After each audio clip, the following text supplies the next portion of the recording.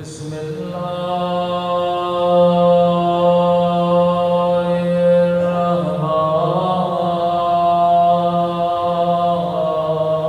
الرحمن الرحيم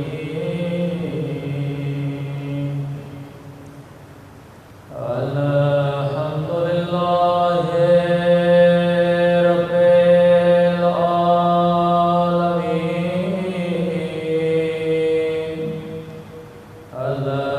الحمد لله كما هو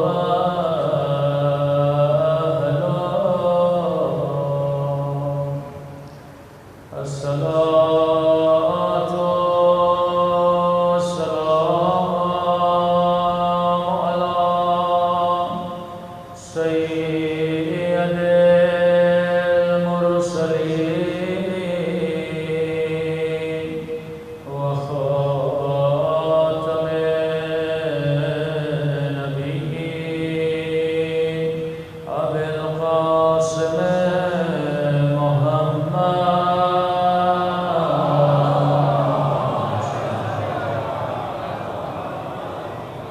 وعلى آله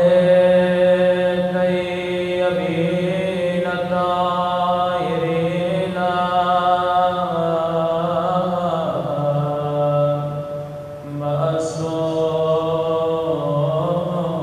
معصومين صلی اللہ علیہ وسلم إلهي عظم البلاء وبرئ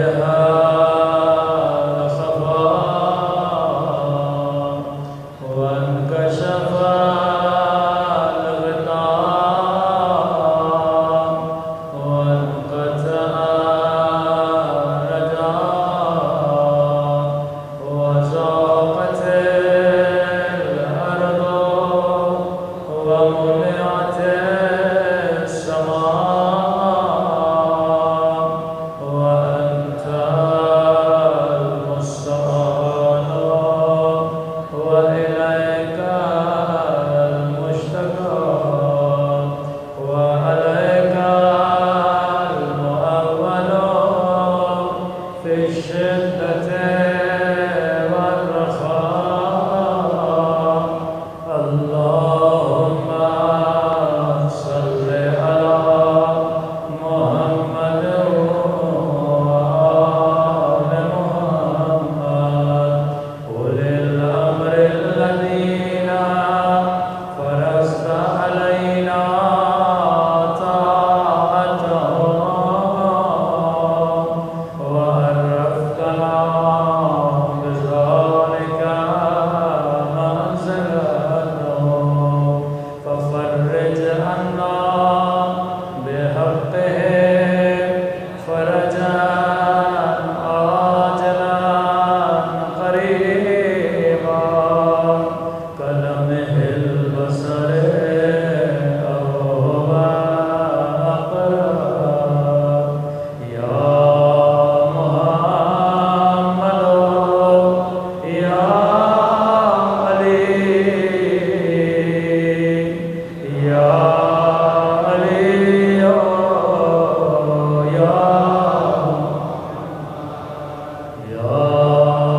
محمد يا علي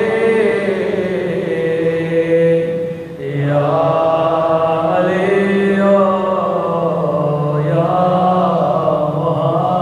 محمد اكفياني فإنكما كافها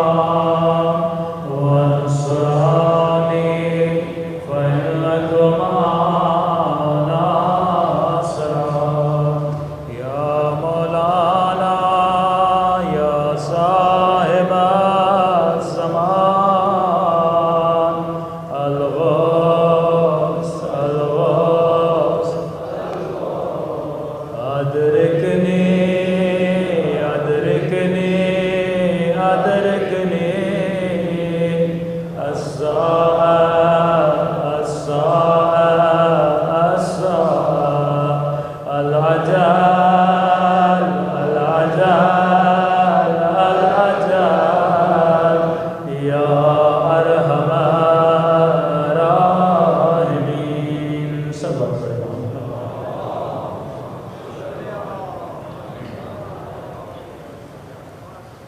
بسم اللہ الرحمن الرحیم رب اشرح لی صدری ویسر لی امری واحلل عقدۃ من لسانی یفقهوا قولی اما بعد فقد قال سبحانہ وتعالی فی محکم کتابہ المجید وفرقانہ الحمید وقول الحق وهو أصدق الصادقین بسم اللہ الرحمن الرحیم قد افلح من زکاها وقد خاب من دساها صلوات محمد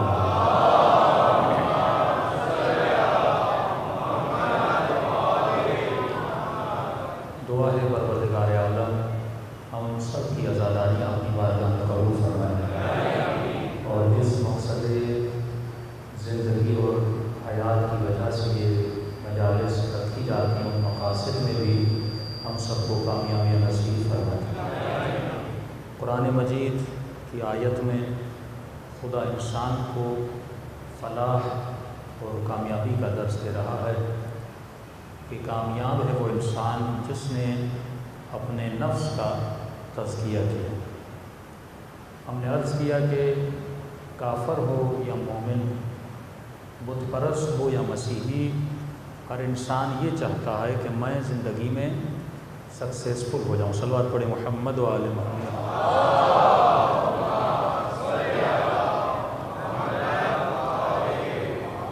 ہر انسان زندگی میں کامیابی چاہتا ہے، لیکن کامیابی ہے کیا؟ کامیابی ملے گی کہاں سے؟ خود کامیابی کی تلاش میں نکلتا کیوں ہے؟ کیونکہ یہ سمجھتا ہے کہ اگر میں کامیاب ہو گیا تو میری زندگی میں سکون آ جائے گا۔ تو کسی کو گاڑی میں سکون نظر آتا ہے، کسی کو مال میں سکون نظر آتا ہے، کسی کو فلم دیکھنے میں سکون ملتا ہے، کسی کو سنیما جانے میں سکون ملتا ہے، اور کچھ لوگوں کو حسین کی مجلس میں آنے سے سکون ملتا ہے۔ آپ اگر یہاں آئے تو آپ کے آنے میں کوئی موٹیو تھا، کوئی محرک تھا جس نے آپ کو یہاں پر آنے پر مجبور کیا کہ آپ یہاں بیٹھے ہیں، کیونکہ آپ یہاں سے کچھ لینا چاہتے ہیں، کچھ حاصل کرنا چاہتے ہیں، آپ کے وجود میں کسی شے کا اضافہ ہوتا ہے۔ تو اس محرک کو دیکھنا ہے کہ انسان جس بھی شے کے پیچھے جاتا ہے اس کا محرک کیا ہے۔ اگر اس کا موٹیو اہل بیت کا فرمان ہے، عقل ہے، روح ہے، ما فی الضمیر ہے، تو انسان کی زندگی کامیابی ہے۔ لیکن اگر اس کا موٹیو شہوت ہے، اگر اس کا موٹیو نفس ہے، اگر اس کا محرک حب ذات ہے، اگر اس کا محرک شوبازی ریا ہے، کہ آج کل ہم مختلف مولویوں کے قافلے کو بھی دیکھتے ہیں تو ایسے نہیں لگ رہا کہ مجلس میں جانے، ایسے لگتا ہے کسی دولہے کو لے جایا جا رہا ہے۔ جب انسان اپنی عزت، نفع اور نقصان کا معیار چیزوں کو بنا دے اور عزت اور نفع یا ضرر کا نقصان خدا کو نہ سمجھے تو انسان کے موٹیو کیا ہو جاتے ہیں؟ بدل جاتے ہیں، اس کی زندگی میں محرک بدل جاتے ہیں۔ اسی لیے معصوم نے فرمایا جب تک تو علم النفس اور معرفت النفس کو حاصل نہیں کرے گا تب تک تجھے معرفت امام زمانہ نہیں ملے گی۔ اب یہ معرفت النفس کیسے حاصل ہو؟ بزنس کا اصول ہے جب تک ڈیمانڈ نہیں ہوتی تب تک سیل نہیں ہوتی۔ آپ کسی ایسی چیز کو لے کر چلے جائیں جس کی ڈیمانڈ ہی نہیں، آپ کی چیز بکے گی نہیں۔ تو جب تک میرے وجود کے اندر معرفت النفس کی ڈیمانڈ نہیں بڑھے گی تب تک میں معرفت النفس کے پیچھے نہیں جاؤں گا۔ اگر کسی مومن کو سگریٹ چھڑوانی ہے تو آپ پہلے اس کے وجود میں ایک محرک کو پیدا کریں تاکہ وہ اس چیز کو چھوڑنے پہ تیار ہو جائے۔ دنیا کیا کرتی ہے؟ وہ ایڈورٹائزمنٹ کے ذریعے سے آپ کے وجود میں موٹیو کو پیدا کرتی ہے۔ کہ میں نے واٹر بیڈ کی آپ کو مثال دی تھی، ایک وقفہ اتنا خوبصورت بنایا جاتا ہے، آپ کے اندر ضرورت کو ایجاد کیا جاتا ہے، پھر آپ اسی ضرورت کے پیچھے لگ جاتے ہیں اور وہ چیزیں اپنے گھر میں لا کر بٹھا دیتے ہیں۔ مثال کے طور پر اگر میں کسی چیز کی تعریف کروں، کس چیز کے اتنے فائدے ہیں، آپ فوراً میرے پاس آئیں گے مولانا ہمیں چاہیے۔ تو پہلے محرک کو ایجاد کیا جاتا ہے، اور خدا نے انسان کو گناہ سے بچنے کے لیے جو برترین محرک دیا کہ جس موٹیویشن کے ذریعے انسان خود کو گناہ سے بچا سکے، وہ ذکر قیامت تھا، وہ ذکر قبر تھا، وہ ذکر موت تھا۔ اسی لیے قرآن میں 1200 آیتیں ایسی ہیں جو موت کے بارے میں۔ علماء فرماتے ہیں شاید قرآن کا کوئی ایک صفحہ ایسا ہو جس میں آخرت کا ذکر نہیں ہے۔ تو جب انسان آخرت کو جتنا یاد کرے گا اس کے اندر موٹیویشن پیدا ہوگی، تب جا کے وہ گناہ سے بچے گا، تب یہ جوان اپنی نگاہ کو نگاہ حرام سے بچائے گا، تب یہ اپنی زبان پر کنٹرول کر سکے گا، تب یہ زندگی میں 10 منٹ ایسے نکالے گا جس 10 منٹ میں اتنا مطالعہ کرے تاکہ اس کے دل میں معرفت امام زمانہ بڑھ جائے۔ لیکن جو دنیا کا سسٹم، میں نے کل کلچر پہ آپ کے سامنے بات کی، جو یونیورس کا کلچر ہے اس کے کلچر میں آپ کو کہیں موت نظر نہیں آتی۔ فلمیں بنتی ہیں دنیا پر، انٹرٹینمنٹ کی فلمیں بنتی ہیں، موٹیو کون ہوتا ہے؟ شہوت ہوتا ہے یا مال ہوتا ہے، یا سائنٹیفکلی فلمیں بنتی ہیں جن کا تعلق آپ کے لاجک سے، آپ کے دماغ سے ہوتا ہے۔ لیکن دنیا میں بہت کم فلمیں ایسی بنتی ہیں جس میں موت کا ذکر کیا جائے، جس میں قیامت کا ذکر کیا جائے۔ شہوت پہ گفتگو ہوتی ہے، مال پہ گفتگو ہوتی ہے، بزنس پہ گفتگو ہوتی ہے، مختلف ڈرامے بنائے جاتے ہیں، سائنٹیفکلی فلمیں بنائی جاتی ہیں، لیکن آپ نے دیکھا ہوگا کہ پورے یونیورس کا یہ کلچر ہی نہیں ہے کہ موت پہ گفتگو کی جائے۔ حالانکہ ہر انسان جانتا ہے کہ یہاں پہ میں 70 سال جینے آیا ہوں، اور جس دنیا میں مجھے جانا ہے وہ ابدی دنیا ہے، اس کی کوئی لمٹ نہیں ہے، لمٹ لیس دنیا ہے، وہاں پہ ابدی زندگی ہے، لیکن اس زندگی کے بارے میں اس جوان کو پتہ ہی نہیں ہے۔ اسے تو یہ بتایا گیا کہ پیسے کی اہمیت یہ ہے، اسے تو یہ بتایا گیا مال کی اہمیت یہ ہے، لیکن اسے یہ بتایا ہی نہیں گیا کہ آخرت میں اگر تمہیں اسٹیٹس چاہیے تو تجھے علی بن ابی طالب کی اطاعت کی ضرورت ہے۔ آخرت میں اگر تجھے اسٹیٹس چاہیے تو تم نے اپنی قیامت کے لیے کیا کیا؟ تو میں نے کئی سال پہلے مجلس میں یہ عرض کیا تھا کہ ویسٹرن ورلڈ جو ہے اس کی جو سویلائزیشن ہے، اس کی سویلائزیشن کا جو دھاگا ہے وہ کیا ہے؟ ایک تسبیح کا تصور کیجئے، تسبیح کے دانوں میں نظم ہوتا ہے، اگر یہ دھاگا نہ ہو تو سارے دانے بکھر جائیں، اگر ان دانوں کو کسی شے نے ایک جگہ پہ اکٹھا کیا ہے وہ تسبیح کا دھاگا ہے۔ تو ویسٹرن سویلائزیشن اگر آج کھڑی ہے، ہمارا جوان وہاں جانا چاہتا ہے، ہمارا ڈاکٹر وہاں جانا چاہتا ہے، ہر پڑھا لکھا آدمی اس ملک میں جانا چاہتا ہے، کیوں؟ کیونکہ وہ سویلائزڈ ہیں، ہمارے ملک سویلائزڈ نہیں ہیں۔ تو اس کی سویلائزیشن میں جو اٹریکشن پیدا ہوئی وہ کون سی چیز ہے جس نے اس میں اٹریکشن کو پیدا کیا ہے؟ وہ اس کا دھاگا ہے۔ اس دھاگے کا نام کیا ہے؟ کہ جس میں نظم بھی ہے، جس میں ضبط بھی ہے، وہاں لوگ قانون کو فالو بھی کرتے ہیں۔ یہاں پہ ریڈ سگنل پہ آ کے پاکستانی سگنل توڑ دیتا ہے، لیکن یہی پاکستانی جب یورپ جاتا ہے رات کے 2 بجے بھی سگنل کے پیچھے کھڑا ہو جاتا ہے۔ کس چیز نے اس کو اتنا مطیع کیا؟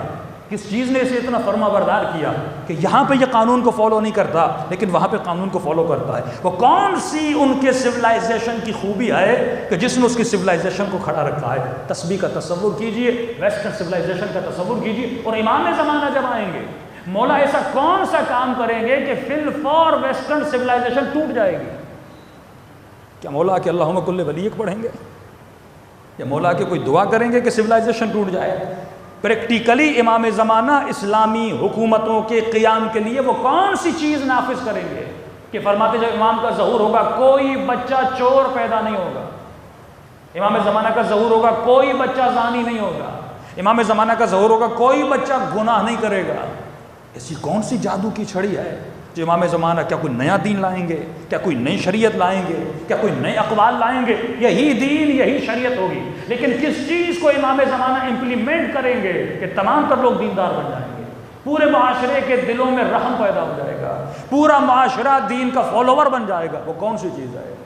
پہلے ویسٹرن سویلائزیشن کو سمجھنے کی ضرورت ہے۔ انہوں نے اپنے معاشرے کو کس طرح کھڑا کیا کہ ان کے معاشرے میں قانون بھی ہے، قانون کو فالو بھی کیا جاتا ہے، وہاں پہ ایک نظم ہے، ایک ضبط ہے۔ فرماتے ہیں اس دھاگے کا نام ہے معاش۔ کیا نام ہے؟ معاش۔ ذہنوں میں بٹھا دیجئے، اس دھاگے کا نام ہے معاش، یعنی اکنومیکلی انہوں نے اپنے معاشرے کو کنٹرول کیا ہوا ہے۔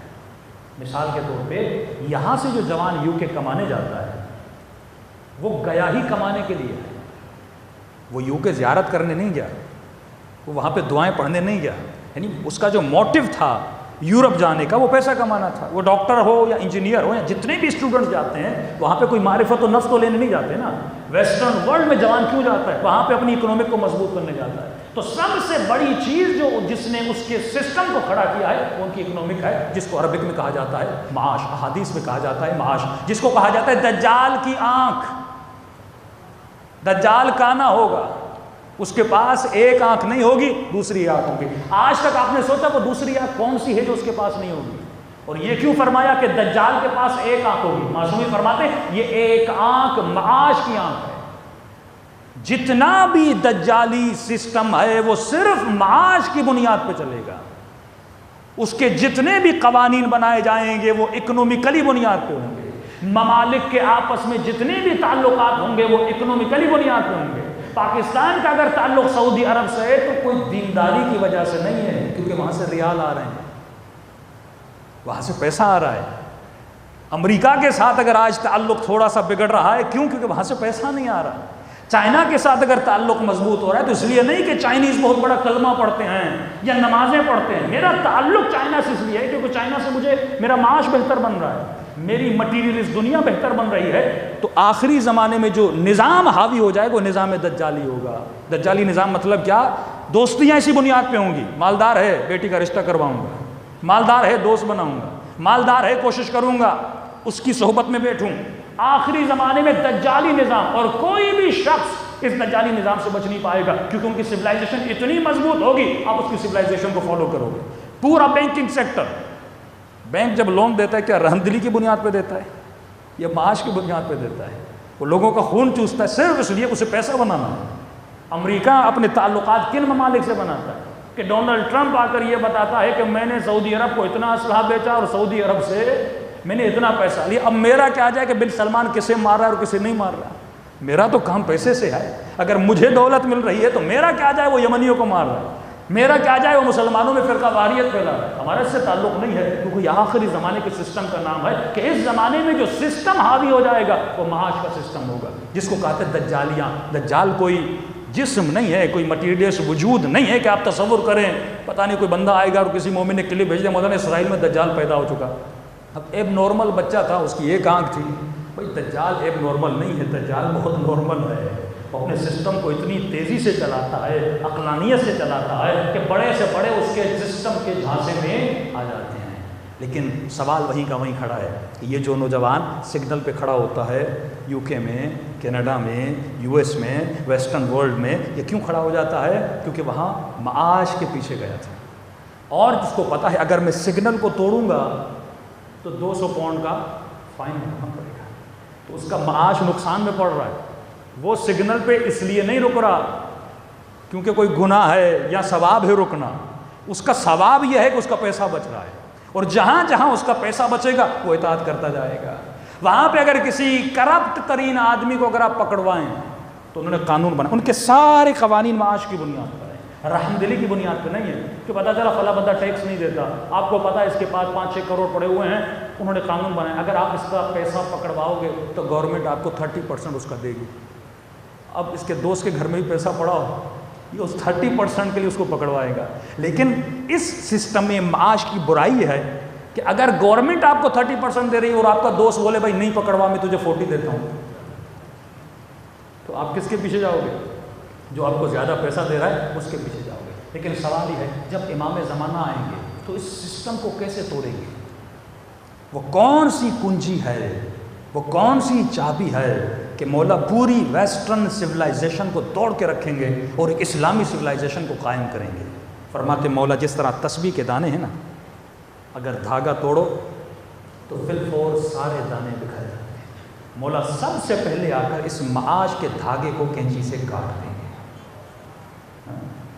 جتنے بھی قوانین مال اور معاش کی بنیاد پہ بنے ہیں مولا ان سارے قوانین کو ختم کر دیں گے. اچھا جب دانے بکھر جائیں تو پھر مولا دھاگا کون سا ڈالیں گے؟ ایک نیا دھاگا بھی تو ہونا چاہیے نا کہ دنیا چلے، سسٹم چلے، حکومت اسلامی چلے. تو فرماتے ہیں ایک اور دھاگا ہے جو امام زمانہ اس دانوں کے اندر اس دھاگے کو ڈالیں گے. اس دھاگے کا نام ہے معاد. قیامت کا تصور، قبر کا تصور کہ یہ چوری اس لیے نہ کرے اس کو سزا ملے گی، نہیں، یہ چوری اس لیے نہیں کرے گا کیونکہ امام قیامت کے تصور کو لوگوں کے ذہنوں میں اتنا مضبوط کر دیں گے یہ جب جب چوری کرنے جائے گا اسے قیامت کا عذاب یاد آ جائے گا. معاد کو لوگوں کے دلوں میں زندہ کر دیں گے. آج اگر کوئی ظلم کرتا ہے وہ اس لیے کرتا ہے کیونکہ اسے قبر کی غفلت ہے، وہ یہ سمجھتا ہے مجھے مرنا ہی نہیں ہے. آج اگر کوئی کسی غریب کا مال کھاتا ہے وہ اس لیے کیونکہ اس کو ذہن میں ہے کہ قیامت میں مجھے جواب نہیں دینا. شمر جب امام حسین کے گلے پر خنجر چلا رہا تھا اس کا معاد کمزور تھا. اگر ان کا معاد مضبوط ہوتا تو ابن سعد کبھی بھی رائے کی حکومت کے لیے امام حسین کو نہ چھوڑتا. اور ابن سعد کے شعر لکھے ہوئے ہیں کہ جب امام اس کو پیغام بھیجتے ہیں کہ آ جا تو جانتا ہے یہ جنت ہے, کہتا ہے میں جانتا ہوں کہ اگر آپ کے لشکر میں آؤں گا جنت ملے گی, لیکن رائے کی حکومت نقد ہے, جنت ادھار ہے, اور عقل مند وہ ہوتا ہے جو نقد لیتا ہے, ادھار کو چھوڑتا ہے. حالانکہ جنت نقد ہے, ادھار نہیں ہے. یہ ہماری آنکھیں ہیں جو غفلت میں پڑی ہوئی ہیں. فرمایا ہر لمحہ جو تو یہاں کر رہا ہے وہاں کچھ نہ کچھ بن رہا ہے. یہ مت سمجھنا وہ ادھار ہے. اعجاز اور جائزہ اور ہدیہ خدا اسی دنیا میں تجھے عطا کرتا ہے. کیونکہ معرفت النفس نہیں تھی, اس نے جنت کو ادھار سمجھا اور یہاں شیطان کے کہے ہوئے کو نقد سمجھا. اگر معرفت نفس آ جائے اور انسان کے دل میں تصور قیامت مضبوط ہو جائے, تصور موت مضبوط ہو جائے, یہ انسان کبھی بھی گناہ نہ کرے. اور سب سے زیادہ اس کی زندگی میں جس چیز کی ڈیمانڈ ہوگی وہ یہی ہوگی کہ میں اپنی آخرت کو بناؤں. صلوات پڑھے محمد و آل محمد.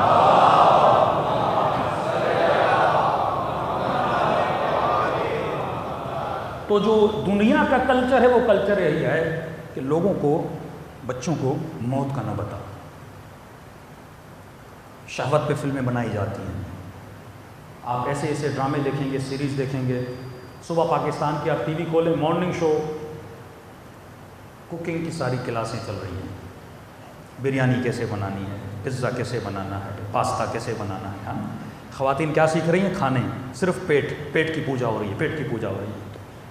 دوپہر کے رات کے مارننگ شو میں جاتے ہیں, اس میں بھی یہی چکر ہوتا ہے. مختلف چیزیں, ڈرامے چل رہے ہوتے ہیں, جھوٹی کہانیاں چل رہی ہوتی ہیں. بولا فرماتے رسول خدا کا فرمان ہے, کیاست عقل مند کی نشانی ہے, یہ موت کو یاد کرتا ہے.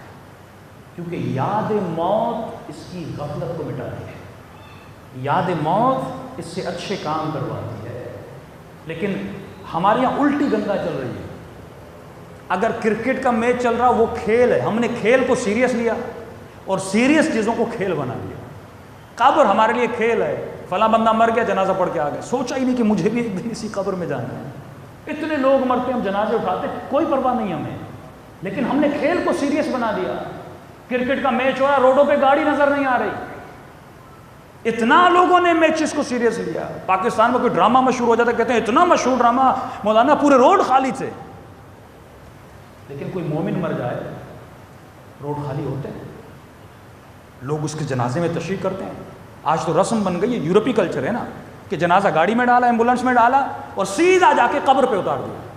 اسلام میں تشییع جنازہ ہے. یہ ویسٹرن کلچر تھا کہ گاڑی میں رکھو تاکہ لوگ تشییع بھی نہ کریں کہ بھائی جنازے کو کاندھا دینا اتنا ثواب ہے تم تصور نہیں کر سکتے. انہوں نے ڈبے میں ڈال دیتے ہیں, نیچے ڈال دیتے ہیں. اور قبرستان جو جائے گاہ عبرت تھی برائے انسان, لیکن قبرستان بھی لوگوں نے کیا کر دیے, شہر سے دور بنا دیے. اب سر شہر سے دور ہوگا کون جائے گا؟ پہلے قبرستان شہروں کے بیچ میں ہوا کرتے تھے تاکہ لوگوں کا وہاں سے گزر ہو.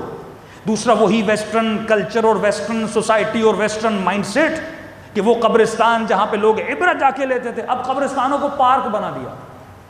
بھائی زمین خالی پڑی ہے, بچے آئیں کھیلیں, وہاں پہ جھولے لگا دیا. ویسٹرن ورلڈ میں جائیں گے, قبرستان نظر نہیں آتا, اس کو پارک محل تفریح بنا دیا. جہاں پہ آ کر عبرت لینی تھی وہاں پہ لوگ آ کر کھیل کود میں مصروف ہو جاتے ہیں.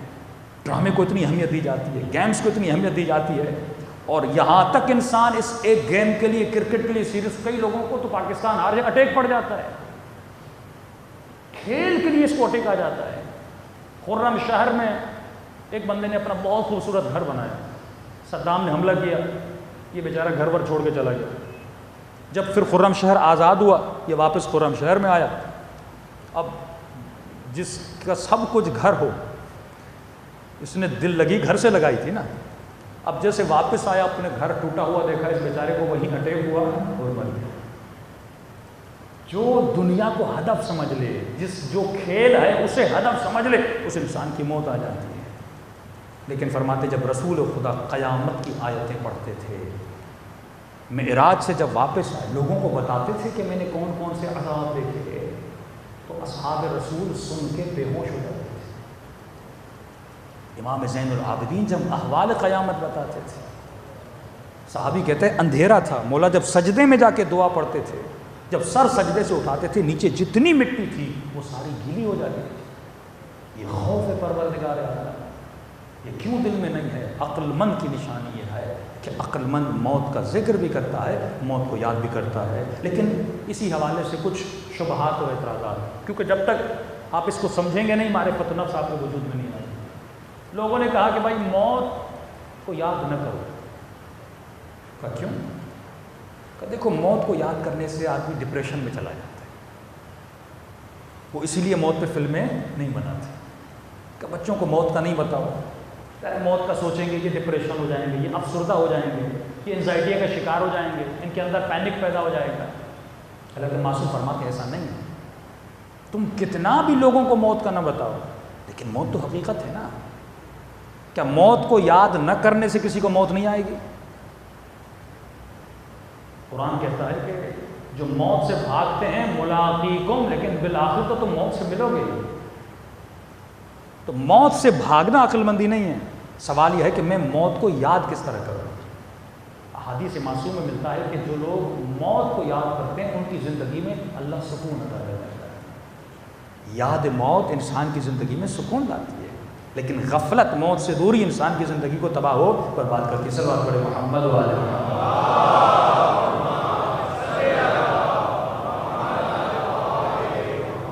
حدیث رسول خدا سنی، فرماتے ہیں اکثرہم ذکرا للموت و اشدہم استعدادا لہ۔ عقل مند کی نشانی یہ ہے کہ یہ زیادہ سے زیادہ اپنی موت کو یاد کرتا ہے، وہ استعدادا لہ، اور زیادہ سے زیادہ اس کی تیاری کرتا ہے۔ ایران کے بہت بڑے مرجع آیت اللہ مرزا شیرازی، دیکھیے یہ ہوتے ہیں علی والے، یہ ہوتی علی والے کی زندگی۔ ان سے ان کے شاگرد نے پوچھا قبلہ اگر آپ کو پتہ چلے کہ ایک ہفتے کے بعد آپ کو موت آئے گی تو آپ کون سا عمل کریں گے؟ ہم رات کو خواب دیکھیں کہ 3 دن میں ہماری موت آنے والی ہے، تو ہم سے اگر کوئی پوچھے آپ کون سا عمل کریں گے، آپ جواب ذہن میں رکھیے اور دیکھیے مرزا شیرازی نے کون سا جواب دیا۔ علی کے چاہنے والے کا جواب ہے، بڑا سیدھا سادہ جواب دیا کہ قبلہ اگر آپ کو پتہ چلے کہ ایک ہفتے کے بعد آپ کی موت آئے گی تو آپ کیا کریں گے؟ انہوں نے کہا وہی کروں گا جو 60 سال سے کر رہا ہوں، وہی کروں گا جو 60 سال سے کر رہا ہوں، مجھے کوئی نئی چیز نہیں کرنی۔ مولا فرماتے زندگی ایسی گزارو، ایک لمحے کے بعد اگر تمہاری موت ہو تو تم ہمیشہ موت کے لیے تیار ہو، گنجائش اس میں نہیں ہے۔ کیوں؟ مولا فرماتے کیوں؟ کیونکہ مرنے کے بعد تمہاری کروڑوں کی دولت بھی ہو، اگر کہو کہ اے ملک الموت میرے 2 کروڑ لے لو، مجھے 1 منٹ دنیا میں واپس پلٹاؤ، آواز آئے گی ہرگز ہرگز۔ تو اپنے وقت کی قیمت جانو، یہ جو لمحے حسین کی مجلس میں گزار رہے ہو اس کی ارزش کروڑوں سے زیادہ ہے۔ تو زندگی ایسی گزاری کرو کہ آج اگر 20 سال کا جوان ہے، 50 سال کا کوئی مومن ہے، 45 سال کا اگر کوئی مومن ہے، 70 سال کا اگر کوئی مومن ہے، مولا فرماتے زندگی ایسی گزارو، اگر کوئی تم سے پوچھے کیا تم اپنی گزاری ہوئی زندگی سے مطمئن ہو تو جواب یہ آنا چاہیے ہاں میں اپنی زندگی سے راضی ہوں۔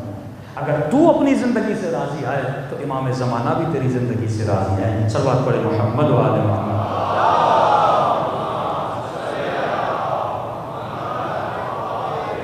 محمد وجل مولا فرماتے ہیں مرگ یعنی موت کا یاد کرنا انسان کے قلب کو جلا دیتا ہے، اردو کا جلا نہیں عربک ہے، انسان کے دل کو نرم کرتا ہے، اسے تیار کرتا ہے کہ یہ موت کی تیاری کرے۔ لیکن اگر کوئی اپنی موت کو یاد نہ کرے، ایک ایرانی ڈرائیور تھا، کہتا ہے کہ مولانا میں نے نئی گاڑی سیکھی اور میں ڈرتا تھا ڈرائیونگ کرتے وقت، تو ایک مرتبہ میں گاڑی چلا رہا تھا، اچانک میرے سامنے ٹرک آ گیا۔ اب جیسے ٹرک آیا تو میں ڈر گیا، تو ڈر کے مارے میں نے کیا کیا، اپنی آنکھیں بند کر دی۔ تو کیا آنکھ بند کرنے سے ایکسیڈنٹ نہیں ہوگا؟ اگر کوئی مومن موت کے خوف سے آنکھیں بند کر لے، وہ کبوتر کے اوپر جب بلی حملہ کرتی ہے نا تو آنکھیں بند کر لیتا ہے، کیونکہ جب آنکھیں بند ہوتی ہے آپ کو کچھ نظر نہیں آتا، آپ سمجھتے ہو بلی چلی گئی، لیکن ایسا تو نہیں تم موت کو یاد نہیں کرو گے تو ملک الموت تمہیں یاد نہیں کرے گا، موت تو ہر وقت تجھے آنی ہے۔ تو عقل مند کی نشانی یہ ہے وہ آنکھیں بند نہیں کرے، آنکھیں بند کرے گا تو ایکسیڈنٹ ہو جائے گا، لیکن عقل مند کی نشانی یہ ہے وہ ہوشیار رہے اور فوراً خود کو اس چیز سے بچانے کی کیا کرے، کوشش کرے۔ تو فرمایا پہلی چیز جو انسان کو موت کو یاد کرتا ہے، وہ فرمایا اس کے وجود میں ایک فرح پیدا ہوتی ہے، ایک خوشی کے آثار پیدا ہوتے ہیں، وہ انسان کبھی بھی ڈپریشن میں نہیں جاتا، اس کے وجود میں اللہ کا یقین پیدا ہو جاتا ہے، اور وہ ہر لمحہ زیارت علی بن ابی طالب کے لیے تیار رہتا ہے۔ صلوات پڑھے محمد و آل محمد۔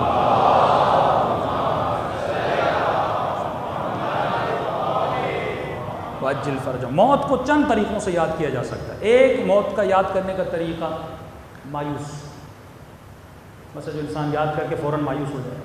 عرب کا بہت بڑا شاعر تھا، وہ روز موت کو یاد کر کے مایوس ہو جاتا تھا، بھئی مر جاؤں گا، سب ختم ہو جائے گا، کیونکہ اس کا سارا جو ہدف اور مقصد تھا وہ دنیا تھی۔ مر جاؤں گا، بچوں سے جدا ہو جاؤں گا، مر جاؤں گا، دولت سے جدا ہو جاؤں گا۔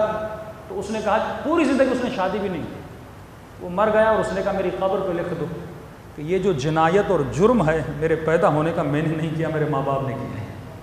تو ایک تو بندہ ایسی زندگی گزارتا ہے، موت کو یاد کر کے پوری زندگی کیا رہتا ہے؟ مایوس رہتا ہے۔ دوسرا، موت کا زندگی گزارنے کا طریقہ غافلانہ طریقہ ہے، جیسے انگریز گزار رہے ہیں۔ وہ مایوس نہیں ہیں، ان کو پتہ ہے مرنا ہے، لیکن پھر بھی مایوس نہیں، بڑے خوشی سے کلبز میں جاتے ہیں، مزے کرتے ہیں، زنائیں کرتے ہیں، شرابیں پیتے ہیں، غافلانہ طریقہ۔ لیکن یہ طریقہ بھی خطرناک ہے، کیونکہ کب تک اپنی آنکھوں کو بند کرو گے؟ ایک دن تو آنا ہے کہ تمہیں موت آئے گی، ایک دن تو موت کا سامنا کرو گے۔ تو پھر وہی لوگ جب بوڑھے ہو جاتے ہیں، چہرے پہ ڈپریشن کے آثار ہوتے ہیں، کیونکہ پوری زندگی تو گزار دی لیکن آخر میں مرنا ہے۔ ایک طریقہ جو علوی طریقہ ہے، اہل بیت کا طریقہ ہے، وہ واقع بینانہ طریقہ ہے کہ حقیقت کو دیکھ اور حقیقت کو سمجھ، اور حقیقت کو سمجھ کے اپنی زندگی کے قدم اٹھا۔ یہ طریقہ اہل بیت علیہ السلام کا طریقہ ہے۔ یہ طریقہ جناب قاسم کا طریقہ ہے۔ جب پوچھا جاتا ہے قاسم تیرے لیے موت کیسی ہے، تو فرماتے ہیں احلا من العسل، شہد سے زیادہ موت میرے لیے میٹھی ہے۔ یہ شہد کیوں ہے؟ کیونکہ قاسم نے اپنی زندگی کا ذائقہ شہد جیسا بنایا تھا۔ فرماتے ہیں یہ حیات پانی کی طرح ہے، جیسی تو زندگی گزارتا ہے ویسا ذائقہ تجھے چکھایا جاتا ہے۔ تو زندگی اہل بیت والی گزار، جب دنیا سے جائے گا تو تمہاری موت کا ذائقہ بھی قاسم کی طرح شہد سے زیادہ میٹھا ہوگا۔ صلوات پڑھے محمد و آل محمد۔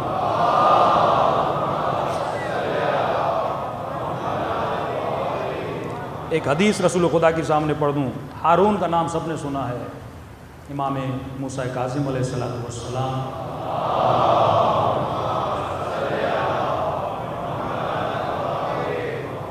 فرماتے اس نے اپنے سپاہیوں کو کہا کہ کسی ایسے شخص کو ڈھونڈ کے لاؤ جس نے رسول خدا کی ایک بھی حدیث سنی ہو اپنے کانوں سے۔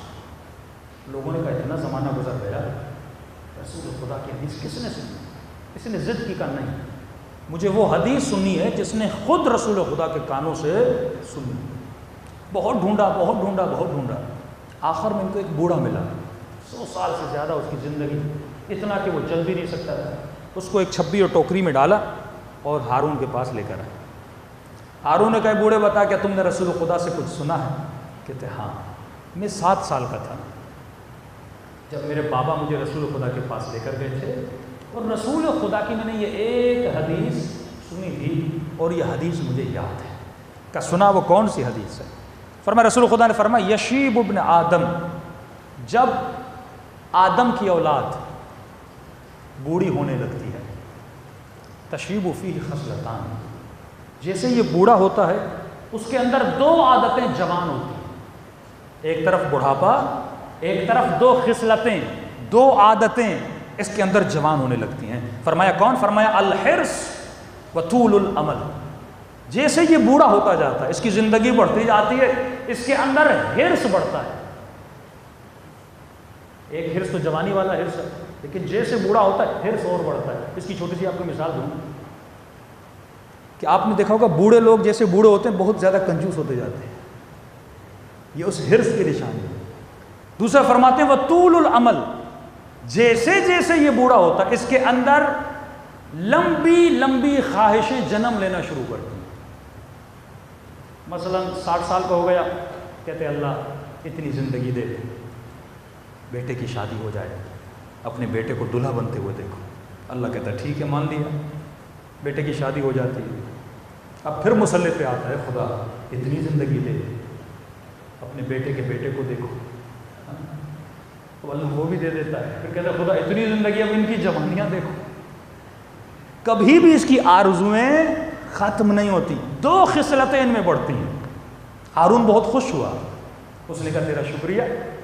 ہارون نے پیسوں کی تھیلی دی، اس بوڑھے کو دی جو چھبی میں بیٹھا ہوا تھا، اتنا بوڑھا چل بھی نہیں سکتا، اس کو پیسے کی تھیلی دی. بوڑھا بہت خوش ہوا. سپاہیوں کو کہا اس کو لے کر جاؤ. سپاہی اس کو لے کر گئے. ابھی یہ دربار سے نکلا نہیں تھا، اس نے سپاہی کو رک جاؤ. کیا ہے؟ تو مجھے ہارون سے پھر ملنا ہے. کہا دربار سے کہا ابھی تھوڑی دیر کو ہے، اتنا فاصلہ طے نہیں، مجھے لے کر جاؤ، میرا بہت ضروری کام ہے. کہا واپس لے کر جاتے ہیں. پھر آیا ہارون کے پاس. ہارون نے کہا بھائی پھر کیوں آئے ہو؟ کوئی نئی حدیث کا؟ نہیں حدیث تو وہ ایک ہی تھی. میں یہ پوچھنے آیا ہوں کہ یہ جو پیسے آپ نے مجھے دیے ہیں یہ صرف آج دیے ہیں یا ہر مہینے دو گے؟ یہ جو پیسے تم نے مجھے آج دیے ہیں. ہارون اتنا ہنسا کہ قد صدق رسول اللہ، میرے نبی نے سچ فرمایا تھا. میں تو یہ سمجھ رہا تھا تو اتنا بوڑھا ہے کہیں باہر نکلتے نکلتے مر نہ جائے، تجھے اگلے مہینے کی بھی پڑی ہوئی. تو یہ انسان کا حال ہے. کیونکہ انسان جب دنیا میں آئے، جب جیسے آدمی بوڑھا ہوتا رہتا ہے شیطان اس کے اندر اور حرص بڑھاتا رہتا ہے. تو یہ مت سوچئے کہ وہ لوگ کہتے ہیں مولانا بوڑھے ہو جائیں گے تو واجبات ادا کریں گے، بوڑھا ہو جاؤں گا تو زکوٰۃ دوں گا، خمس. بھائی ابھی نہیں دے رہے تو بڑھاپے میں تو بالکل نہیں دو گے، کیونکہ جیسے جیسے بوڑھے ہوتے جاؤ گے ویسے ویسے حرص کیا ہوتا جائے گا؟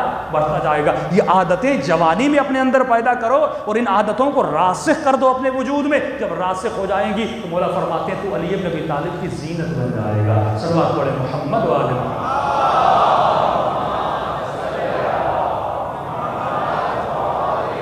محمد وعجل فرج.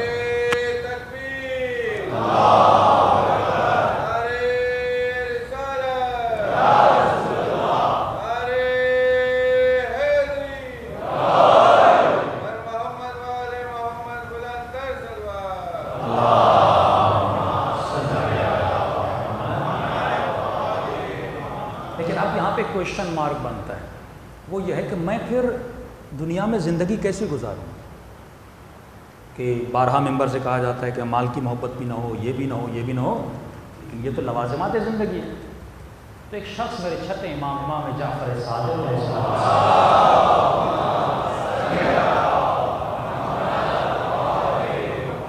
مولا کی خدمت میں آیا کہ مولا فلاں شخص بڑا دنیا دار ہے، میں یہ کہوں اہل دنیا ہے.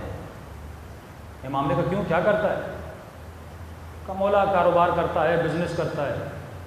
تو امام نے کہا اگر وہ کاروبار اپنی عزت کو بچانے کے لیے کر رہا ہے، اگر وہ پیسہ اس لیے کما رہا ہے تاکہ معاشرے میں عزت حاصل کرے، اپنی عزت بچائے، تو یہ عین عبادت ہے. یہ کیا ہے؟ عین عبادت ہے. رسول خدا گزر رہے تھے، ایک مزدور کو دیکھا جو مزدوری کر کے آیا، اس کے ناخن پر مٹی لگی ہوئی تھی. رسول خدا نے اس مزدور کے ناخنوں پہ لگی ہوئی مٹی کا بوسہ لیا. فرمایا یہ مزدور جو رزق حلال کمانے کے لیے گیا ہے اور مزدوری کر کے آیا ہے، اس کے پسینے کے قطرے نہیں ہیں بلکہ تسبیح الہی کے دانے ہیں. اس طرح اگر کوئی زندگی گزارے، لیکن کیسے گزرے گی یہ زندگی؟ 2 چیزیں، سبجیکٹ اور آبجیکٹ، یہ انسان بھول جاتا ہے. یہاں پہ آ کے انسان اٹک جاتا ہے. ہدف زندگی کیا ہے؟ اس کو ایک مثال میں آپ کو سمجھاؤں. آپ یہاں سے گئے مشہد یا کربلا یا مدینے، ہدف کیا تھا مشہد جانے کا؟ کئی لوگ زیارت کا ہدف غلط بناتے ہیں کہ مولانا مشہد آ رہے ہیں، ہمیں شمال گھومنا ہے، اصفہان گھومنا ہے، شیراز گھومنا ہے. اگر ہدف یہ تھا میں ایران اس لیے جا رہا ہوں تاکہ شمال اور اصفہان گھوموں، تو زیارت کا ثواب نہیں ملے گا. ہدف اصلی کیا ہونا چاہیے؟ امام رضا کی زیارت کے لیے جا رہا ہے. کبھی آپ نے سوچا خدا نے کعبے کو مکے میں کیوں رکھا؟ اٹلی میں رکھتا، سوئٹزرلینڈ میں رکھتا، کشمیر میں رکھتا کہ ہم یعنی زیارت بھی ہو جاتی، ساتھ ساتھ میں تفریح بھی ہو جاتی. لیکن خدا نے اپنا گھر اس سرزمین پہ بنایا جو زمین ذی زرع ہے، پتھریلی زمین، سخت ترین زمین، شدت کی گرمی، کہ جب میری زیارت پر آؤ تمہارا خیال باغوں کی طرف نہیں جائے، صرف میرے کعبے کی طرف رہے. وہاں تو گھومنے نہیں آ رہا، تو میری اللہ کی زیارت کے لیے آ رہا ہے، تو کعبۃ اللہ کی زیارت کے لیے. تمام تر سختیاں اللہ نے وہاں پہ رکھی، مکے میں رکھی. اگر ہدف مثلا مشہد گئے، مثال کو غور سے سنیے گا تاکہ آپ کو سمجھ میں آ جائے. مشہد گئے، ہدف تھا میں امام حسین کی زیارت کروں یا امام رضا کی زیارت کروں.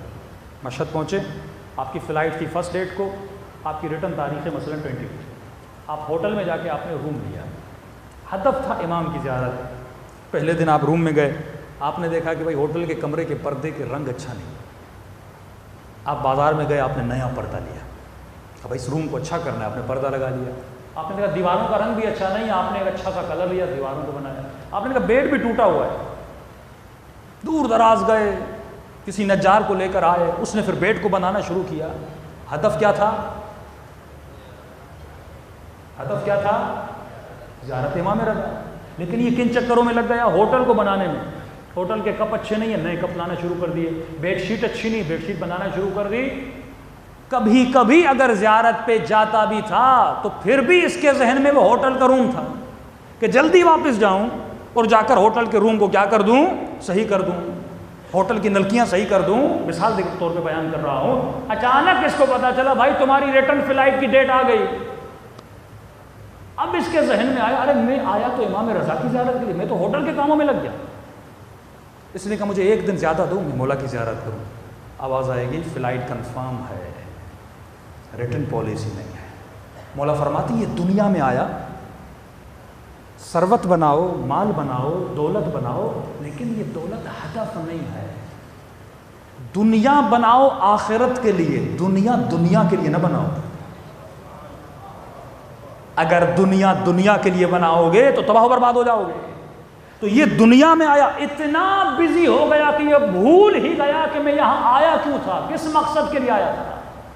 مقصد تھا معاد، مقصد تھا قیامت، مقصد تھا آخرت کو سنوارنا، جو یہ بھول گیا. اب جب ملک الموت پہ نگاہ پڑتی ہے، کہتا ہے مجھے ارجعونی، مجھے پلٹاؤ، ایک دن فلائٹ کا ایکسٹرا مجھے دے دو، میں تو بھول ہی گیا تھا میں دنیا میں کیوں گیا تھا. آواز آئے گی کلا کلا، جو غفلت میں رہتا ہے اس کے لیے کوئی پلٹنا نہیں ہے. فرعون نے بھی جب ملک الموت کو دیکھا تھا کہا تھا آمن تو، میں ایمان لے کر آیا موسیٰ پر، رب موسیٰ پر. آواز آئی اب کا ایمان کسی کام کا نہیں ہے. کیوں کہا ہر مرنے والا علی ابن ابی طالب کی زیارت کرے گا، چاہے مومن ہو یا منافق ہو. اور جب مومن مولا کو دیکھے گا خوش ہوگا کیونکہ اس نے اپنا ہدف پورا کیا تھا. لیکن جب گنہگار علی کو دیکھے گا، منافق علی کو دیکھے گا، تو مولا فرماتے ہیں اتنی حسرت کھائے گا، اے کاش میں نے زندگی میں علی کی باتوں کو مانا ہوتا. معصوم کا فرمان سنیے، فرماتے اہل قیامت کی اگر حسرت کو خدا دنیا پہ ظاہر کر دے تو سارے اہل دنیا مر جائیں. اس حسرت میں شدت اتنی ہے. عرفاء اولیاء اللہ موت کو جب یاد کرتے تھے تو کم از کم ہفتے میں ایک مرتبہ قبرستان جاتے تھے. مجھے سی ویو جانے کا ٹائم ہے، مجھے 2 گھنٹہ ڈرامے دیکھنے کا ٹائم ہے. تو میری زندگی کی ایکٹیویٹی بتاتی ہے کہ آخرت کی میری زندگی میں کوئی ویلیو نہیں ہے. ایران کے بہت بڑے اصفہان کے عالم دین، ان کی روٹین تھی کہ یہ ہر شب جمعہ قبرستان جاتے تھے، اور قبرستان میں ایک چھوٹی سی مسجد اور حجرہ تھا، وہاں پوری رات عبادت کرتے تھے، اللہ کو یاد کرتے تھے، آخرت کو یاد کرتے تھے، جو سفر ابدی ہے اس کو یاد کرتے تھے. کہتے ایک دن جب میں اس قبرستان میں پہنچا اور نماز تہجد پڑھی، شب جمعہ کے اعمال بہت زیادہ ہیں مفاتیح الجنان میں. خود جب آپ فلسفہ نماز تہجد کیا ہے کہ جب نماز وتر میں آپ قنوت میں کھڑے ہو جاتے ہیں، کیوں کہا گیا مردوں کو یاد کرو، 21 مردوں، تاکہ کم از کم 21 جو دنیا سے تمہارے دوست اقربا گئے تمہارے ذہن میں ہو. جب وہ 21 گئے ہیں تو ایک دن آئے گا 22واں بھی میرا نام ہوگا. آج میں ان کو یاد کر رہا ہوں، ایک دن ایک مومن آئے گا اپنی نماز کے قنوت میں مجھے بھی یاد کرے. فرمایا اگر انبیاء کی صفوں میں شامل ہونا ہے، اگر ہمراہ اور ہمسائے انبیاء بننا ہے، تو عادت بنا دو اپنی نماز عشاء اور نماز مغرب کے درمیان 2 رکعت نماز وحشت قبر پڑھا کرو کسی نہ کسی مومن کے لیے. اے خدا دنیا میں کہیں پر بھی کوئی علی والا گزر گیا ہے، میں 2 رکعت نماز وحشت قبر پڑھتا ہوں. ایک دن یہ وحشت قبر میرے اوپر بھی تو آئے گی نا، ایک دن مجھے بھی تو لیٹا کر چلا جائیں گے نا. تو یقیناً کوئی نہ کوئی پھر آپ کے لیے بھی کیا کرے گا، نماز وحشت قبر پڑھے گا. تو فلسفہ نماز تہجد یہ کہتا میں رات کو نماز تہجد پڑھ رہا تھا. اسی دن رات کو ایک مردے کو لایا گیا، تو اسی مسجد کے ساتھ ہی غسل خانہ تھا، وہ جو مردہ شور تھا مردوں کو دھونے والا، اس نے دھویا، مردہ میرے سامنے رکھا اور اس کو کفن باندھ رہا تھا۔ میں اپنی نماز میں مشغول تھا، کہتا یہاں میں نے نماز ختم کر کے سجدے میں گیا تو مجھے عجیب چیخوں کی آواز، آہ و بکا کی آواز، اتنا اس آواز میں وحشت تھی کہ میں سجدے سے اپنا سر اٹھا بھی نہیں سکتا تھا۔ کہتا تھا یہ اس کو کفن باندھ رہا تھا، میں دیکھ رہا اس کو آوازیں نہیں آ رہی، لیکن اچانک خدا نے میرے کانوں کو کھول دیا، برزخی کان کھل گئے کہ وَاعْبُدْ رَبَّكَ حَتَّىٰ يَأْتِيَكَ الْيَقِينُ، اتنی عبادت کر تاکہ تجھے مقام یقین ملے۔ مقام یقین کا کیا مطلب؟ علم الیقین، عین الیقین، حق الیقین۔ ہم علم الیقین کی منزل پر ہیں، آپ سب کو پتہ ہے قیامت ہے لیکن آپ نے دیکھی نہیں، آپ سب کو پتہ ہے قبر آئے گی لیکن آپ نے دیکھا نہیں، آپ سب کو پتہ ہے جہنم کی آگ گرم ہے، سقوم ہے، حمیم ہے، لیکن آپ نے دیکھا نہیں۔ ہم پہلی منزل پر ہیں علم الیقین، دوسری منزل ہے عین الیقین، آنکھوں سے دیکھو، آخری منزل ہے حق الیقین، یقین راسخ ہو جاتا ہے۔ حضرت ابراہیم جیسا نبی کہتا ہے خدا مجھے دکھاؤ تم زندہ کس طرح کرتے ہو، مارتے کس طرح؟ تو جب انسان دیکھتا ہے یقین راسخ ہو جاتا ہے۔ تو جو عبادت کثرت سے کرتا ہے یقیناً خدا خواب کے ذریعے سے کسی نہ کسی منظر کے ذریعے سے اسے یقین دلاتا ہے۔ اب جب یقین آتا ہے اس کے عمل میں حد سے زیادہ مضبوطی آ جاتی ہے۔ کہتا ہے میں نے نماز پڑھی، وہ کفن باندھ رہا ہے بڑی نرمی سے، اسے پتہ نہیں لگ رہا، لیکن یہ آوازیں میری کانوں تک آ رہی ہیں، وحشت بھری آوازیں، درد بھری آوازیں، گویا کسی پہ عذاب کیا جا رہا ہو اور وہ بندہ خدا چیخ رہا تھا۔ کہا تھا مجھ سے برداشت، میری دل اتنی، میں نے کہا میرا دل پھٹ جائے گا، لیکن اس وحشت زدہ آواز کے نتیجے میں مجھ سے کھڑا نہیں ہوا جا رہا تھا۔ میں آواز دے کر اس کفن باندھنے والے کو کہنا چاہتا تھا مجھے اٹھاؤ اور کمرے سے باہر لے کر جاؤ، لیکن وہ میری آواز سن نہیں رہا۔ دھیمی سی اس نے میری آواز سنی، اس نے قبلہ رک جائیے میں کفن باندھ لوں آپ کو لے جاتا ہوں۔ کہتا اس نے میری آواز نہیں سنی، بڑی مشکل سے میں وہاں سے اٹھا، اس قبرستان سے باہر گیا۔ 40 دن میں اپنے گھر میں بیمار پڑا رہا، 40 دن، صرف ایک مردے پر عذاب کو دیکھنے کے بعد۔ اب تصور کریں جس نے یہ دیکھا ہو، کیا وہ کبھی اللہ کی نافرمانی کرے گا؟ کیا وہ کبھی گناہ کرے گا؟ نہیں۔ اور یہ کب ملتا ہے؟ جب انسان کثرت سے اپنی آخرت کو یاد کرتا ہے۔ اور آخرت کیسے یاد ہوتی ہے؟ فرمایا کربلا جاؤ تو صرف علم لے کر مت آیا کرو، صرف سجدگاہیں لے کر مت آیا کرو، اپنے ساتھ ایک کفن بھی لایا کرو۔ اہل بیت کا وطیرہ تھا، امام نے جو لباس جناب دہبل کو دیا اس نے کفن سمجھ کے اپنے ساتھ قبر میں رکھا تھا۔ اور فرمایا ہر شب جمعہ اپنے کفن کو دیکھا کرو۔ عالم دین تھا، دو دوست تھے آپس میں، ایک عالم تھا دنیا سے چلا گیا، خواب کے عالم میں دیکھا، کیا دیکھا کہ عالم ہے برزخ میں بیٹھا ہوا ہے، نعمتیں ساری ہیں، لیکن ایک بچھو ہے جو اس کو کاٹ رہا ہے۔ رو کر کہنے لگا اے دوست مجھے اس بچھو سے بچاؤ۔ کہ میں آپ کو کیسے بچا سکتا ہوں، آپ عالم تھے، آپ کے اوپر یہ عذاب کیوں ہو رہا ہے؟ کہتا ایک دن ایک موچی کے پاس گیا تھا جوتیاں بنانے کے لیے، پیسے نہیں تھے جیب میں نے کہا کل آ کر آپ کو دے دوں گا، پیسے لینا بھول گیا، اگر ہو سکے تو میری طرف سے جا کر اس موچی کو پیسے دے دینا۔ کہتے خواب سے اٹھا، اس محلے کے موچی کے پاس گیا، میں نے کہا فلاں عالم کو آپ جانتے تھے، اس کا کوئی قرضہ تھا، آپ لوگ کو پیسے نہیں دیے تھے؟ کہاں ایک دن آیا تھا، جوتی بنائی تھی، اس کے پیسے میرے پاس رہتے تھے، مجھے خبر ملی کہ وہ مر گیا ہے، میں اس کے بیٹے سے جا کے ملا، میں نے کہا بابا نے کوئی وصیت کی تھی کہ کس سے کیا لیا ہے اور کس سے نہیں لیا؟ کہ نہیں بابا نے کوئی وصیت نہیں کی۔ کہتا میں نے دل میں کہا یہ کیسا عالم ہے کہ لوگوں کا حق کھا کے بیٹھا ہے لیکن اس نے ایک وصیت بھی نہیں کی۔ 15 سال کے بعد بعض مراجع کے نزدیک وصیت لکھنا واجب ہے، بعض مراجع کے نزدیک اگر کسی کا حق کھایا ہے، کسی کا نہیں کھایا، لکھ لو تاکہ کل مر جاؤ تو کم از کم یاد ہو جائے۔ مومن نے کہا مولانا میں نے لکھ لیا، میری اتنی قضا نمازیں ہیں اور میرا بیٹا دے دے۔ ایران کا واقعہ ہے، مولوی صاحب نے وصیت پڑھی، اس میں لکھا ہوا تھا کہ اتنا میرے بیٹے کا، اتنا میری بیٹی کا، اتنا غریبوں کا، اور آخر میں لکھا ہوا تھا کہ میرے بینک میں جو پیسے پڑے ہوں اس میں سے اتنا اماؤنٹ میری قضا نمازوں کے لیے، میرے قضا روزوں کے لیے استجاری میرے مرنے کے بعد پڑھائے جائیں۔ مولوی صاحب نے بیٹوں کو کہا بھائی آپ کے باپ نے وصیت کی، انہوں نے کہا قبلہ صاحب جب خود نہیں پڑھی تو ہم کیوں پڑھائیں؟ تو مرنے سے پہلے خود اپنا بندوبست کر کے جا، اولاد کے بھروسے پہ خود کو مت چھوڑ کے جاؤ، کسی متدین آدمی کو کچھ دے کر جاؤ، بھائی میں اگر مر جاؤں تو میرے یہ چیزیں ہیں، واجبات ہیں، ادا کر کے جاؤ۔ صلوات پڑھے محمد و آل محمد۔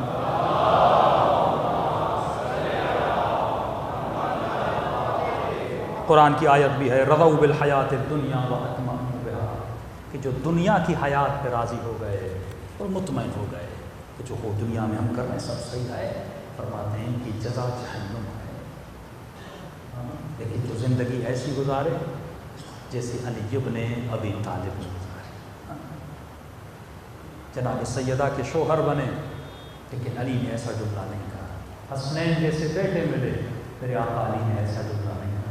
فزتو برب الکعبہ کی آواز دی کعب، جب مولا کے سر پہ کیا لگی؟ ضربت لگی۔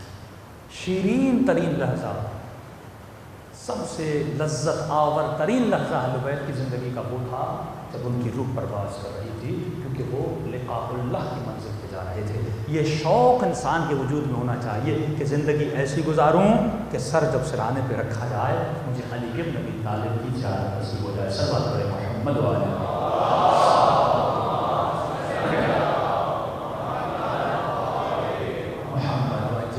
واقعات بہت ہیں جن لوگوں نے زندگیاں اچھی گزاری۔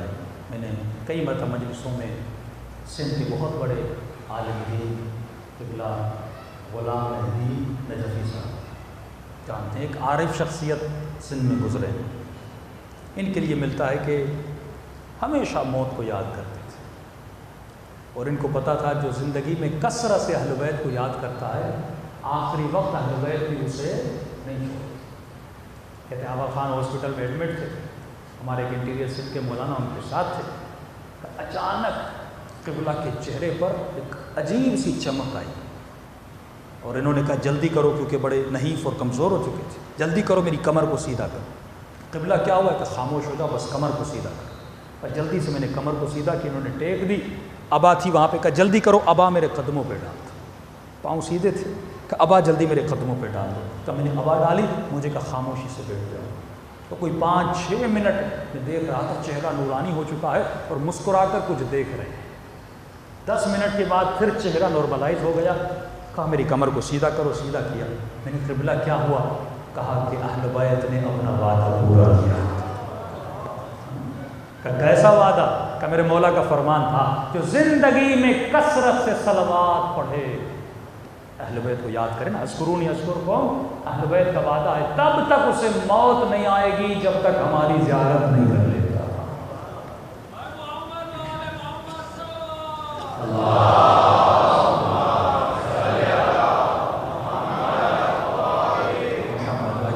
تو یہ وہ دھاگا ہے جو معاد کا دھاگا ہے۔ امام زمانہ کا سسٹم معاد پہ چلے گا، لوگوں کے دلوں میں اتنا قیامت کا عقیدہ راسخ ہو جائے گا۔ اور یہ وہ 2 آنکھیں ہیں، اگر کسی کے پاس صرف معاش کی آنکھ ہے وہ دجال ہے۔ تجھے دونوں آنکھیں رکھنی ہیں، ایک آنکھ معاش بھی کماؤ اور دوسرا معاد کو بھی مد نظر رکھو۔ مولا باغات میں جا رہے تھے کھجوریں لے کر، کسی نے کہا یا علی کہاں جا رہے ہیں؟ مولا فرماتے ہیں 30,000 کھجور کے دانوں کو لے کر جا رہا ہوں۔ مولا کیوں؟ کہ زمین میں کاشتکاری کروں۔ اور 30,000 دانے جب مولا نے لگا لیے، 30,000 سرسبز درخت کھجوروں کے نکلے۔ ایک وقت تھا مولا جوتیوں کو سیتے تھے، اور ایک وقت ہے کہ ابن عباس کہتا ہے کہ ہر مہینے علی 30,000 درہم اللہ کی راہ میں دیتے تھے۔ مولا نے ایک منشی رکھا ہوا تھا، حوالہ دار رکھا ہوا تھا، کہتے تھے فلاں کے گھر میں اتنا پہنچا، فلاں کے گھر میں اتنا پہنچا، فلاں کے گھر میں اتنا پہنچا۔ مولا کے منشی نے کہا کہ یا علی اتنا دے رہے ہیں کہیں کم نہ ہو جائے۔ امام فرماتے اللہ تجھ جیسے بندوں کو دنیا میں لائی نہیں، دے میں رہا ہوں، دل تمہارا کیوں جل رہا ہے؟ بعض لوگ ایسے ہوتے ہیں، آپ سخاوت کرتے ہیں، وہ کہتے ہیں بھائی اتنا کیوں دے رہے ہو، کم نہ ہو جائے۔ مولا فرماتے ایسے بندے کو اللہ کبھی خلق ہی نہ کرے کہ دے ایک بندہ آ رہا ہے لیکن دکھ دوسرے بندے کو ہو رہا ہے۔ مولا فرماتے علی یہ کردار، یہ رسم انبیاء ہے کہ جس نے مجھے دیا ہے میں اسی کی راہ میں دے رہا ہوں، اور علی کا چاہنے والا کبھی کنجوس نہیں ہوا کرتا۔ صلوات پڑھے محمد و آل محمد۔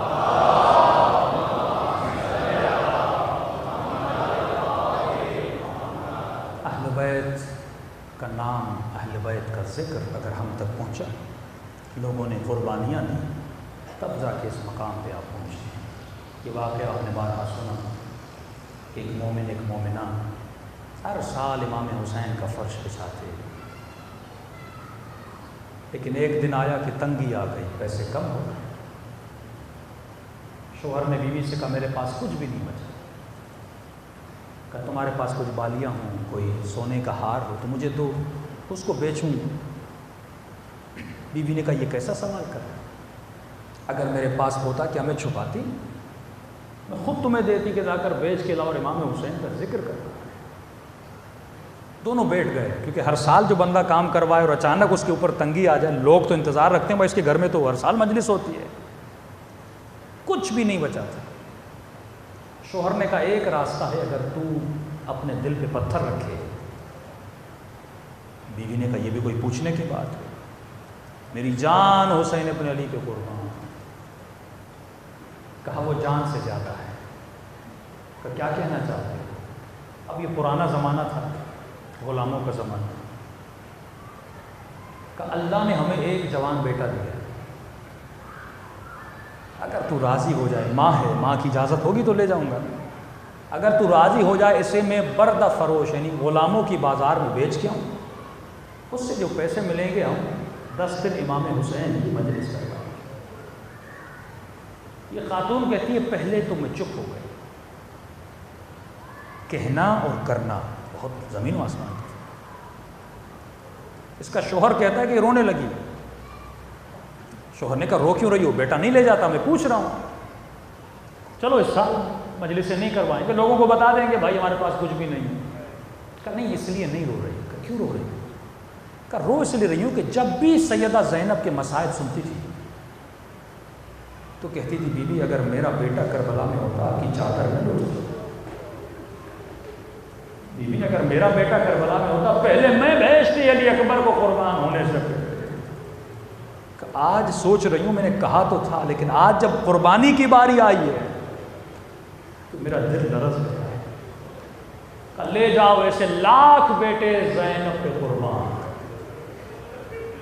لیکن جلدی لے جاؤ کہیں نفس پھر مجھ پہ غلبہ نہ کرے۔ اس باپ نے اپنے جواں کڑیل بیٹے کو اٹھایا، بردہ فروشوں کی بازار میں۔ اب بازار کے کچھ اصول ہوتے ہیں، وہاں پہ جب غلاموں کو لایا جاتا تھا تو ان کا رقم یا ان کا پیسہ زیادہ لگتا تھا جو ہٹے کٹے ہوں، جسمانی اعتبار سے مضبوط ہوں، کیونکہ غلاموں سے کام کروایا جاتا ہے۔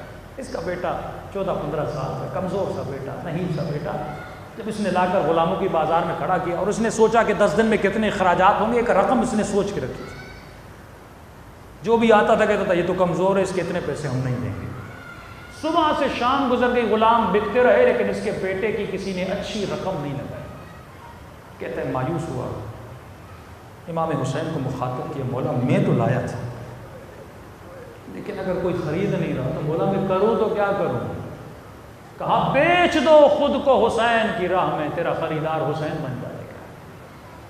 کہتا ہے اتنے میں گھوڑے سوار آیا، عربی لباس پہنا ہوا ہے، چہرے پہ نقاب لگا ہوا ہے، جو رقم میں نے سوچی تھی اس سے بھی زیادہ مجھے عطا کی اور میرے بیٹے کو لے کر چلا گیا۔ کہا بہت خوش ہوا، حسین نے آواز سن لی، وہ پیسے سکے لے کر گھر آیا، امام حسین کی مجلس کر رہا۔ پہلا دن گزرا، شکر خدا کی، دوسرا دن گزرا، تیسرا دن گزرا، چھٹی رات جب آئی تو رات کو جب سو رہا تھا تو اچانک مجھے رونے کی آواز آئی۔ بستر پر جیسے بیٹھا تو دیکھا دائیں طرف میری بیوی رو رہی ہے۔ میں نے کہا خاتون کیا ہوا، کیوں رو رہی ہو؟ کیا پچھتا رہی ہو کہ تم نے بیٹا دیا ہے؟ کیا افسوس ہو رہا ہے کہ حسین کی راہ میں بیٹے کو بیچا کیوں؟ کہا نہیں افسوس نہیں ہو رہا، لیکن ماں ہوں، یہ سوچ رہی ہوں اللہ جانے اس کا مالک کیسا ہوگا،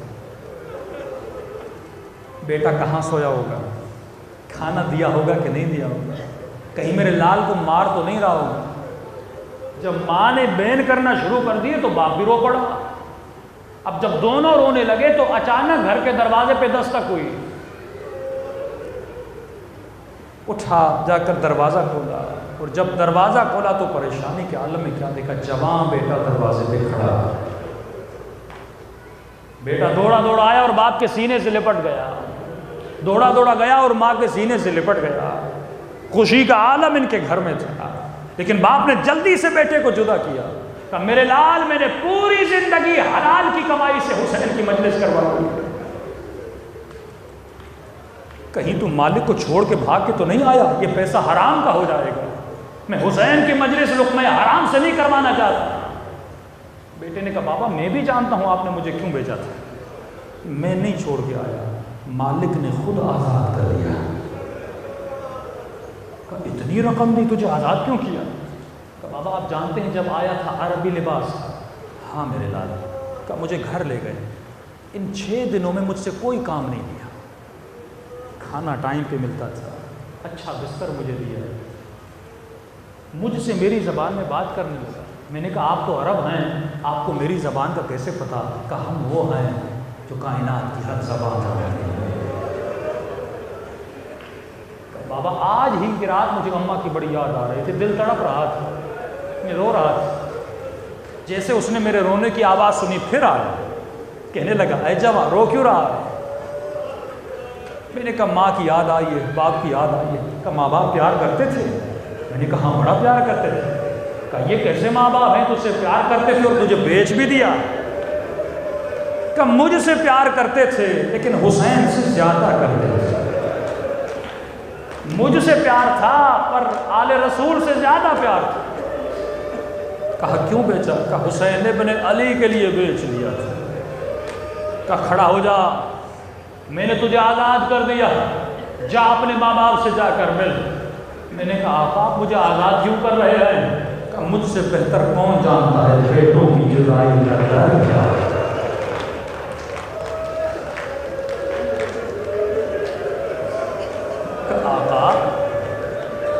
آقا اگر ماں باپ پوچھیں کہ آپ نے مجھے آزاد کیوں کیا تو جواب کیا دوں گا؟ کہ بس اتنا کہہ دینا جس حسین کے لیے بیچا تھا اسی حسین نے آزاد کر دیا. تو عزیزو اگر اپنے وجود کو حسین کی راہ میں بیچ دو تو حسین ابن علی تیرے خریدار بن جاتے, دلوں کو کربلا لے جائیں تو سلام کرے اپنے آقا حسین. السلام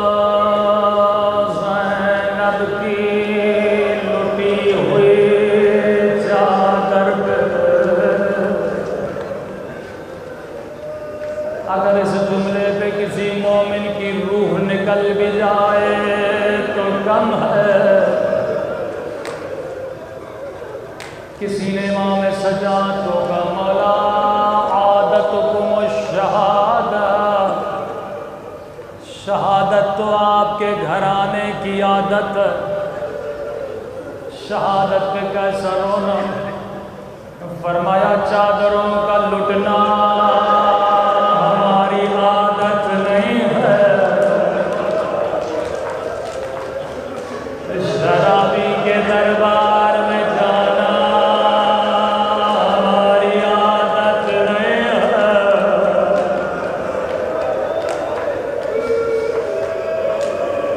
اکبر شہید ہوا، ہاں شہادت میرا ورثہ تھا، لیکن ماں بہنوں کے ہاتھوں میں رسیاں، یہ ہماری عادت نہیں ہے۔ اللہ آپ سب کو مدینے کی زیارت نصیب کرائے۔ بڑے چاہنے والے تھے کوفے میں، شام میں اہل بیت۔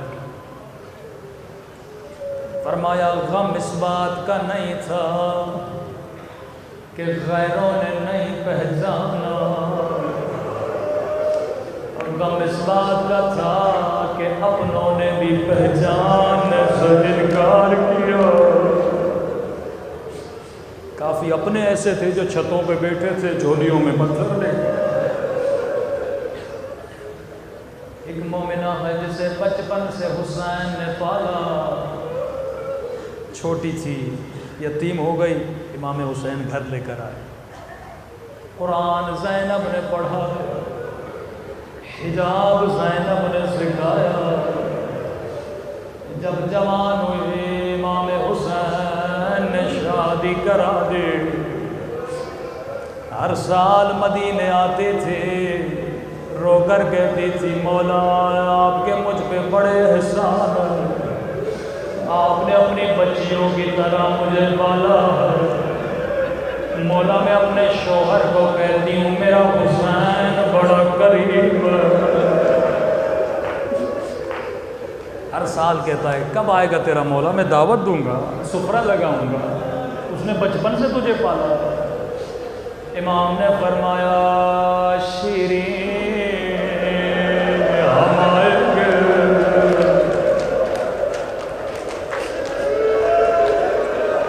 اللہ کسی مومن کو یہ منظر نہ دکھائے تو شیرین نے دیکھا، جگر پھٹ جائے۔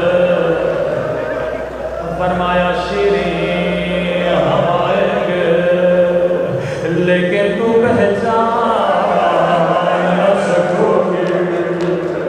اتنا سننا تھا شیرین کھڑی ہو گئی کہ مولا ان آنکھوں کو نکال دو تو حسین کو نہ پہچان۔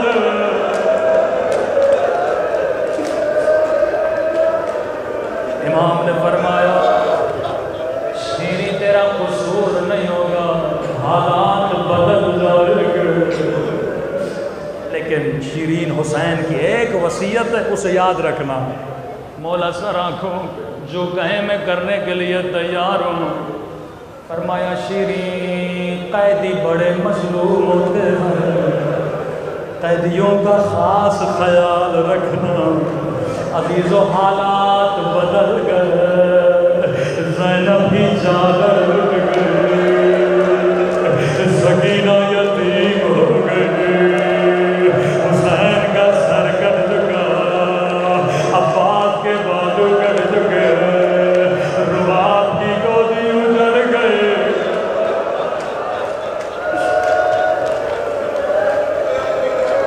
سیدانیوں کا قافلہ بازار میں آیا، شیرین کا شوہر بازار سے گزر رہا تھا۔ شیرین نے کہا ہوا تھا اپنے شوہر کو جب بھی کوئی قیدی نظر آئے اسے گھر لے کر آنا، میرے مولا کی وصیت ہے۔ جیسے بازار سے گزرا اس کی نگاہ زخمی کانوں پہ پڑ گئے، زخمی رخساروں پہ پڑ گئے، ننھی سی سکینہ کو دیکھا، توڑا توڑا گھر آیا، رو کر کہنے لگا شیرین تو نے کہا تھا جب بھی قیدی دیکھو گھر لے آؤ، اور میری زندگی گزر گئے، میں نے کبھی 4 سالہ قید نہیں دیکھے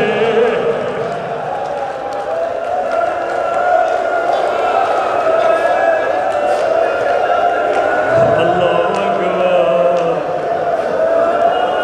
تو جلدی کرو قیدیوں کو گھر لے کر آؤ تصور کر کے رو عجیب منظر تھا ایک مرتبہ قیدی بیبیاں شیرین کے گھر میں اللہ جانے زینب پہ کیا گزر رہے ہوگی جسے زینب نے حجاب سکھایا تھا اس کے سر پہ چادر موجود ہے لیکن علی کی بیٹی نبی کی نوازی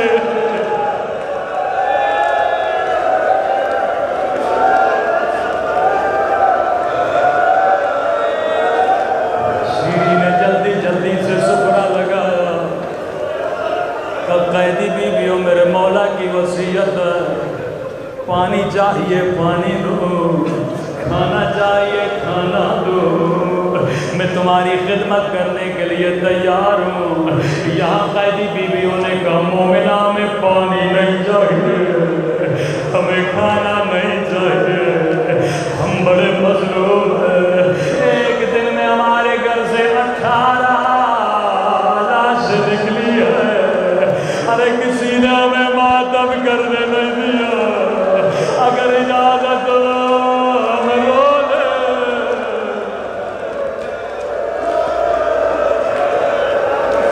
اگر اجازت ہو ہم ماتم کر لیں قیدی بیویوں میں کیوں روکوں گے جتنا ماتم کرنا ہے کر لو یہاں قیدی بیویوں نے حلقہ بنایا ایک مرتبہ ایک قیدی بیوی اسی بڑا درد بھرا بن گیا رو کر کہنے لگی اے عباد کے غریب بھیا اے عباد کے پیاسے بھیا شیرین نے جیسے عباس کا نام سنا کہا قیدی بیوی چپ ہو جا عباس میرے مولا کے بھائی کا نام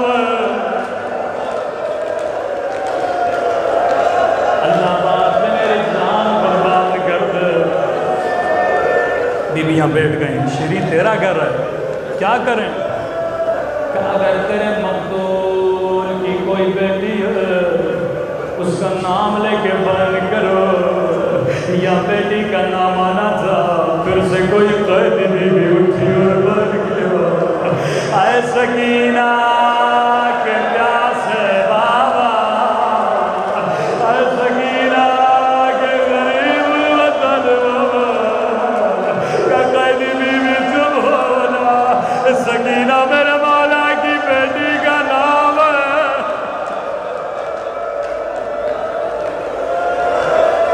اللہ میرے مولا کی خیر کرے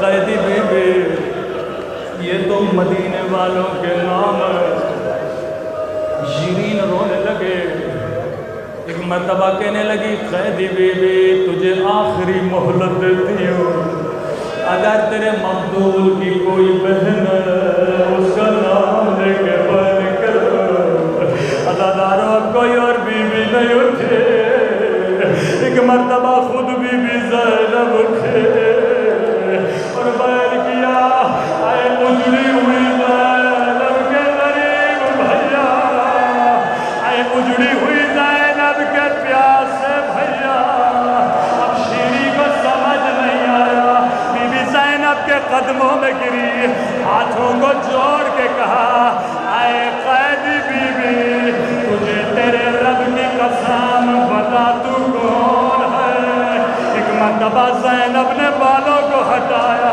کہا شیرین نہیں پہچانا انا زینب بنت علی او شیری مہمان آ گئے او تیرا حسین آ گیا ارے میں اجڑ گئے